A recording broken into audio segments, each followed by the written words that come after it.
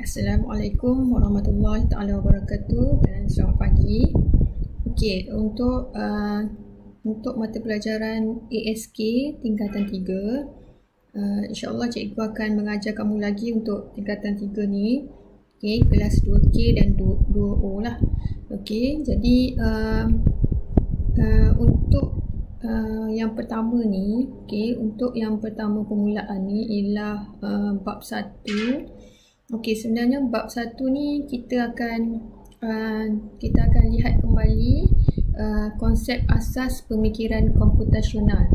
Okey, kalau kamu dah ada buku teks kan, maksudnya depan ni boleh tengoklah boleh refer buku teks. Okey, video cikgu ni untuk pengajaran lah untuk sesi pengajaran. So nanti awak boleh rujuk balik dalam buku teks.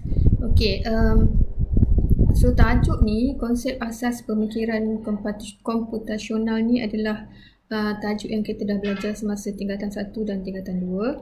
Okey, pemikiran komputasional telah membantu manusia bagi menyelesaikan masalah secara sistematik. Okey, kita nak tahu, kita nak ada konsep pemikiran komputasional ni supaya kita boleh kita boleh kaitkanlah dengan kita nak gunakan dia dalam ilmu pengatursyaraan.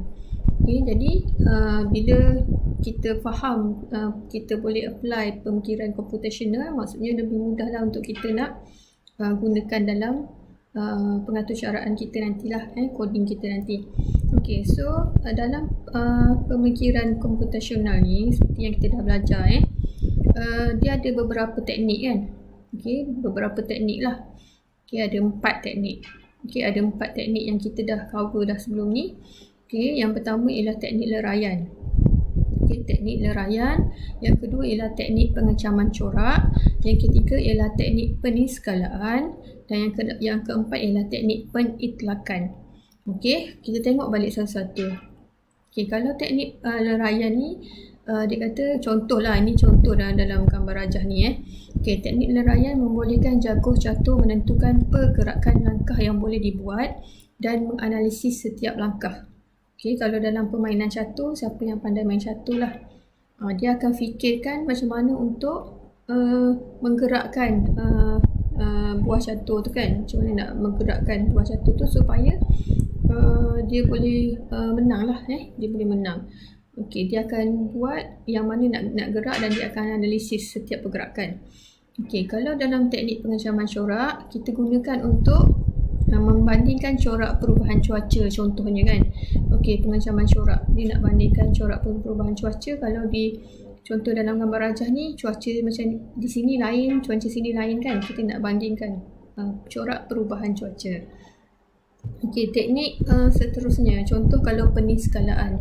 Okey, digunakan untuk mengenal pasti ciri-ciri penting sesuatu virus untuk memahami kelakuannya.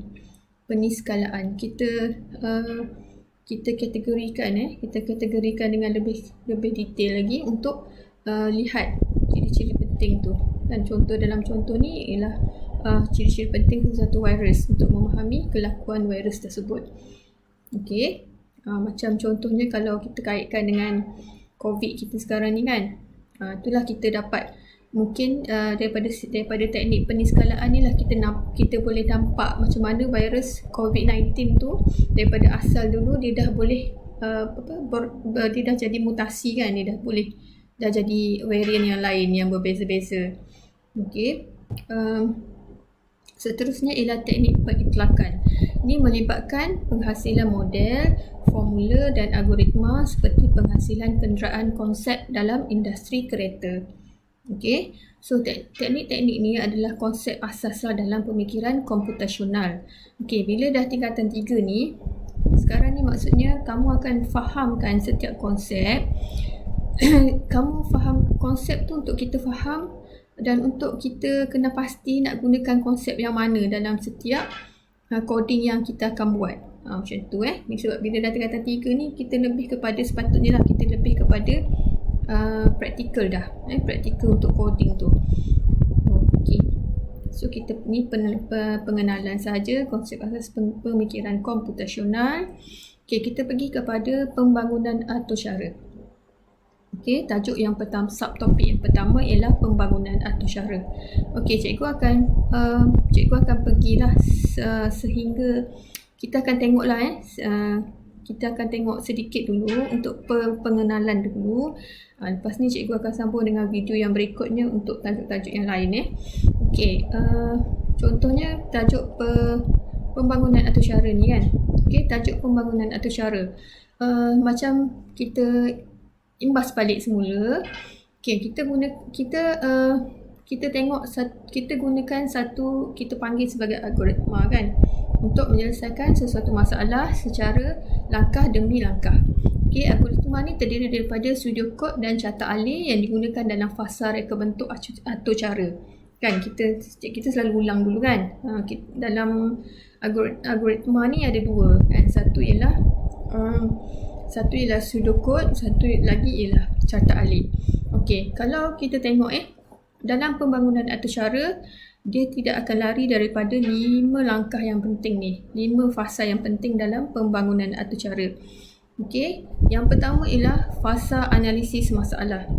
Okey, yang kedua fasa reka bentuk Arthashara, yang ketiga fasa pengukuran, yang keempat pengujian dan pepijatan, dan yang kelima ialah dokumentasi. Okey, yang ni yang sangat penting dalam fasa pembangunan Arthashara. Maksudnya setiap Arthashara yang lengkap mesti akan melalui 5 fasa ini. Okey. So kalau kita lihat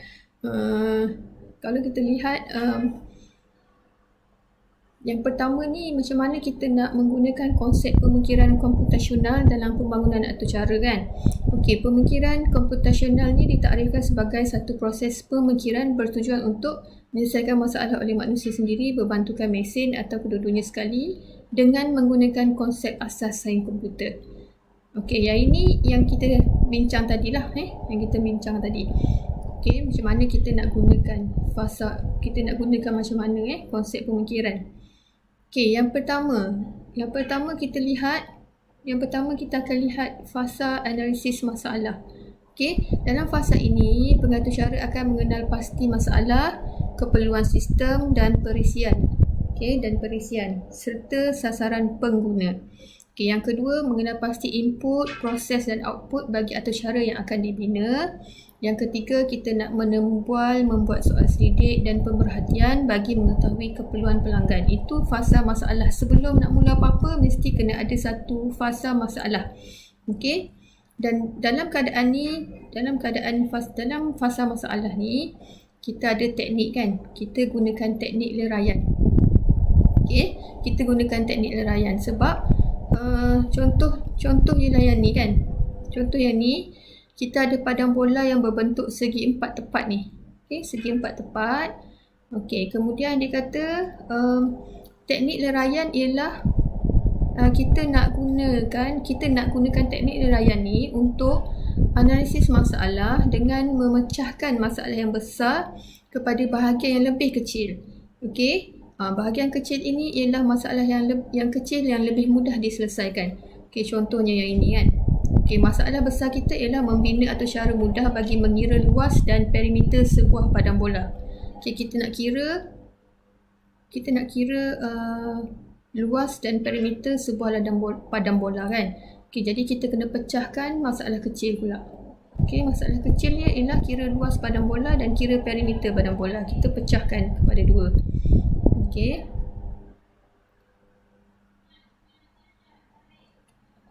Yang pertama, yang ini kan tadi, fasa analisis masalah kan. Okey, ni fasa analisis masalah. Yang kedua, kita pergi kepada fasa reka bentuk Arthashara. Okey, so dalam fasa ini, pengatur cara akan menulis pseudocode, melukis carta alih dan mereka bentuk antarmuka pengguna. Okey, contoh kalau kita gunakan teknik pengencaman corak untuk fasa ni. Okey, lepas kita leraikan masalah tadi, okey, setiap bahagian kecil atau masalah kecil akan dianalisis untuk mengecam corak-corak tertentu sekiranya ada. Okey, pengecapan corak ini dapat membantu dalam mencari penyelesaian masalah yang lebih efisien. Okey, contoh bahagian masalah kecil tadi, kira luas padang bola kan. Okey, jadi input yang diperlukan adalah panjang dan lebar.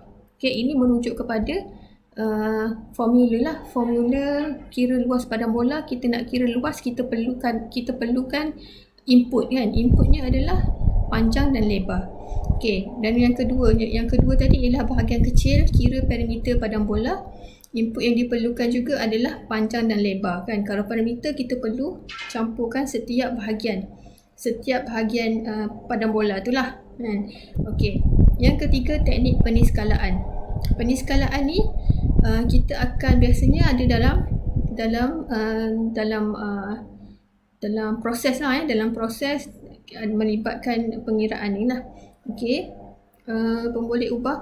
Okey, setiap corak-corak dicamkan. Corak-corak ini diteliti untuk meninggalkan aspek-aspek yang kurang penting dan memberi penekanan kepada aspek-aspek yang penting.